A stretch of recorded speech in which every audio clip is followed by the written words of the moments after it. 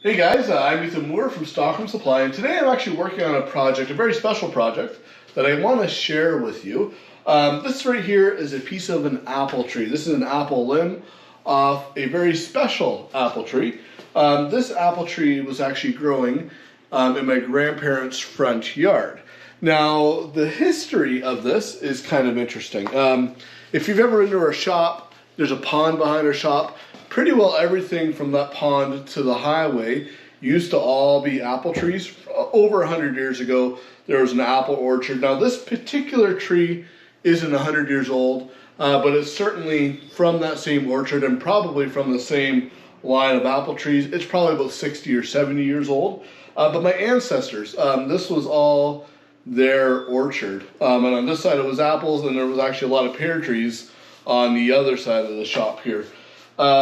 But this one was growing in my grandparents' front yard, and before my grandparents, my great-grandma and grandpa actually built that house, actually from the other side of my family. But this particular tree has a lot of sentimental value, which is kind of neat. So the project I'm working on, I'm building a couple very special boxes for my grandma and grandpa, but I'm going to be using the Little Ripper to slice it up. And it's not something that we really talk about very often, but one of the really cool things about the Little Ripper is you can take a tree that may have a lot of meaning to you, but maybe too small to send to a sawmill, and you can use this tree to make a project, which is exactly what we're going to do today. So I'm going to go ahead and I'm going to get this set up in the Little Ripper, and we'll make some boards out of it. I'm thinking we'll probably make some 1/2-inch boards, let that dry, so that I can make some boxes out of it a little bit later.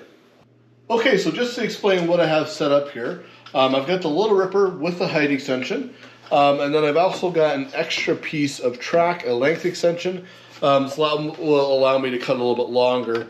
So my piece is about probably 11 inches diameter and about 2.5 feet long or so. So with the setup that I have right now, it just makes it a lot easier to manage when I'm pushing it through. So yeah, I'll turn my saw on. First thing I'm going to do is I'm just going to rip it in half. This piece of apple is soaking wet, so it's very heavy. So I'm going to rip it in half. That'll make it a little bit lighter and easier to manage. So I'll go ahead and do that.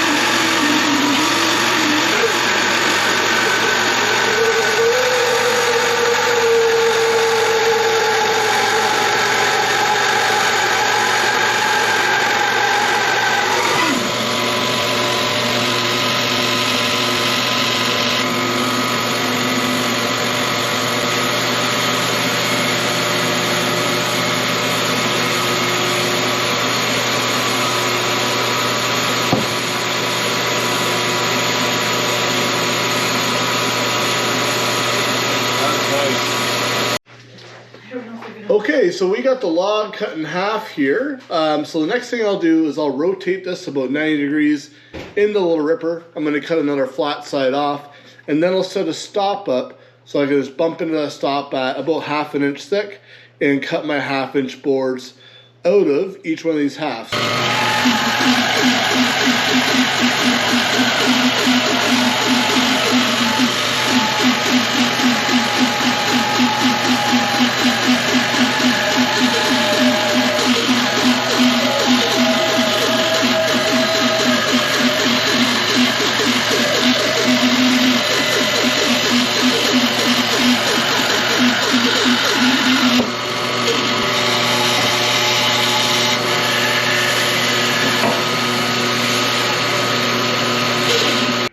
Okay, so I got about half the log cut up. You can see the boards I was left with There are some really beautiful book matches in here, but this is all that apple wood there.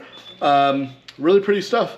And this is stuff that you can't, well, a couple things. You can't just go to a lumberyard and buy apple, but this tree, it's got a lot of meaning. So I'm really excited to make a box out of this here.